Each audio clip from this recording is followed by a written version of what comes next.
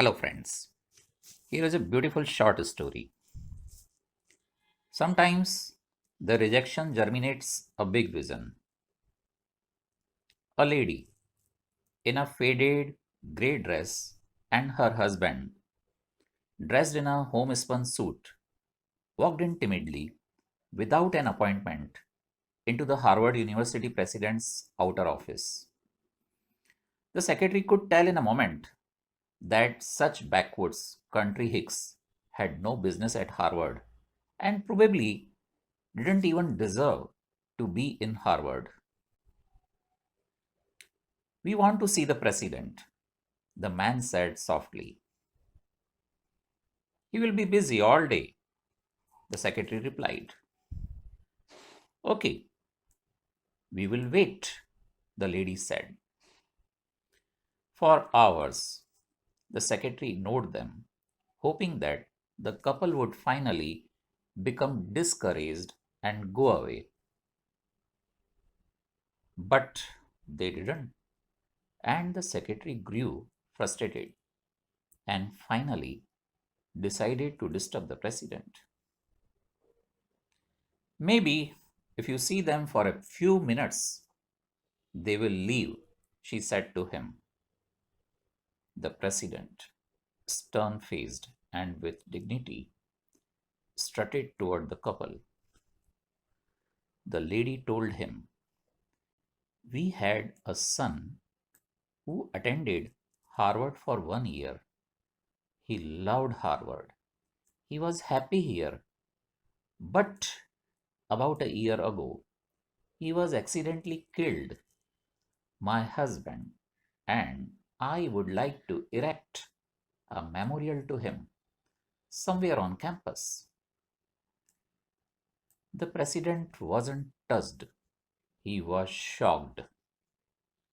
Madam, he said gruffly, we can't put up a statue for every person who attended Harvard and died. If we did, this place would look like a cemetery. Oh no, the lady explained quickly. We don't want to erect a statue. We thought we would like to give a building to Harvard. The president rolled his eyes. He glanced at the ugly dress and homespun suit and then exclaimed, a building? Do you have any earthly idea how much a building costs? We have over $7.5 million in the physical buildings here at Harvard. For a moment, the lady was silent. The president was pleased. Maybe he could get rid of them now. The lady turned to her husband and said quietly, is that all it costs to start a university? Why don't we start our own? Her husband nodded. The president's face wilted in confusion and bewilderment. Mr. and Mrs. Leland Stanford got up and walked away, traveling to Palo Alto, California, where they established the university that bears their name, Stanford University, a memorial to a son that Harvard no longer cared about. Friends, most of the time we judge people by their outer appearance, which can be misleading. And in this impression, only we tend to treat people badly by thinking they can do nothing for us. Thus, we tend to lose our potential good friends, employees, or customers.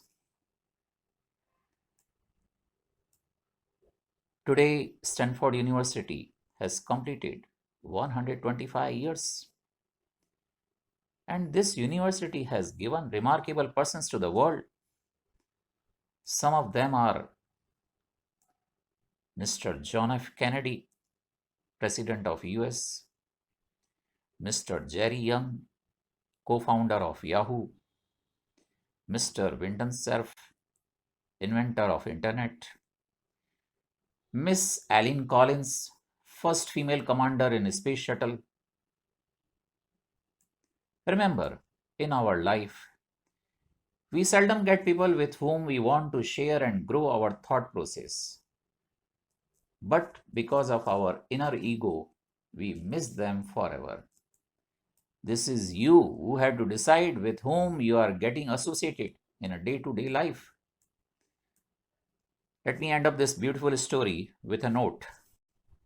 Some people talk about others, they are the small people. Average people, they talk about the things. And the great people, they talk about the ideas. Thank you, friends.